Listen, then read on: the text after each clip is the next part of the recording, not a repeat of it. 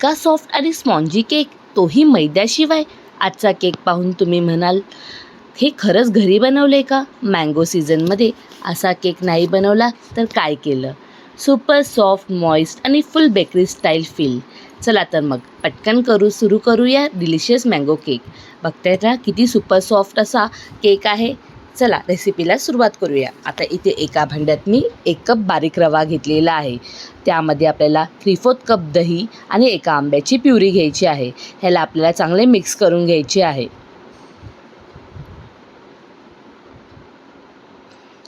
Puree करताना त्यामध्ये मी पाण्याचा वापर केलेला नाही आहे. एका आंब्याची ही प्युरी आहे. साधारणतः अर्धा कप एवढी असेल.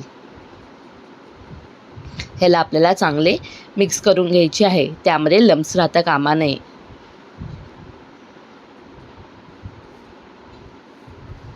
आता हे मिश्रण 15 मिनिटासाठी आपल्याला तसेच ठेवून द्यायचे आहे. त्यानंतर 15 मिनिटानंतर हे मिश्रण आपल्याला एका मिक्सरच्या भांड्यामध्ये काढून घ्यायचे आहे. त्यामध्ये आपल्याला अर्धी वाटी तूप, अर्धी वाटी कंडेन्स मिल्क वापरायचं आहे. तुपाऐवजी तुम्ही बटर किंवा तेलाचा वापर करू शकता आणि कंडेन्स मिल्कऐवजी तुम्ही पिठी साखरेचा वापर करू शकता. मी ते अर्धा वाटी कंडेन्स मिल्क घेतलेली आहे. जर तुम्ही साखर घेत असाल तर अर्धी वाटी साखर घेऊ शकता. आता हे मिश्रण आपल्याला एकदा चांगले फिरवून घ्यायचे आहे. त्यानंतर इकडे मी अर्धी वाटी दूध टाकून पुन्हा एकदा फिरवून घेतलेले आहे. हे मिश्रण आता थोडे मला घट्ट वाटत आहे. ह्याची कन्सिस्टन्सी तुम्ही चेक करून घ्या. त्यानंतर मी ह्यामध्ये अजून 2 ते 3 चमचे दूध वापरून ह्याला थोडेसे पातळ करून घेतलेले आहे. मिश्रण साधारणतः असे हवे, जास्त पातळही नको आणि जास्त घट्टही नको.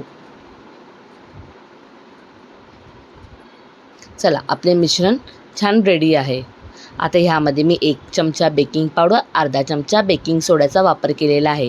त्यालाही आपल्याला चांगले मिक्स करून घ्यायचे आहे. जास्त फेटून घेऊ नका. साधारणतः हलक्या हाताने ह्याला चांगले फेटून घ्या.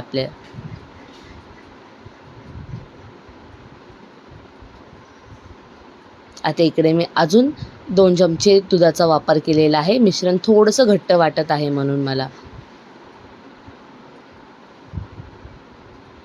मला ह्या पूर्ण केकसाठी साधारणतः 1 कप दुधाचा वापर झालेला आहे. छान आपले असे मिश्रण तयार आहे. आता एका भांड्याला मी तूप लावून घेतलेले आहे. त्यामध्ये हे मिश्रण मी पोर करून घेत आहे.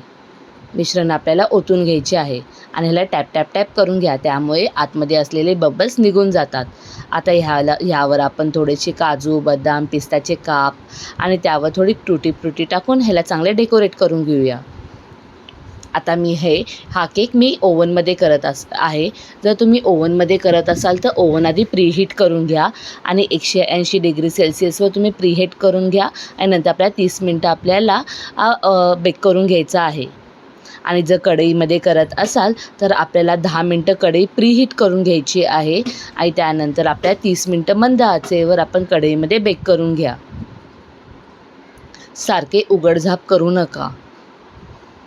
उघडझाप केल्यामुळे आपली जी आहे आपण जो केक करतो तो खालती दबला जातो. त्यामुळे सारखं उघडझाप करू नका. 30 मिनटामध्ये केक एकदम छान रेडी होतो.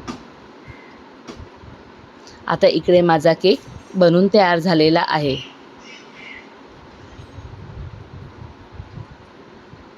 बघताय ना किती छान असा रंग आलेला आहे आणि टेक्स्चर तर खूप छान आलेला आहे. खरं खूप इतका सॉफ्ट झालेला आहे की घरी बनवलं असं वाटतही नाही. चला मग रेसिपी आवडली असेल तर लवकर सबस्क्राईब करून घ्या आणि लाईक करा.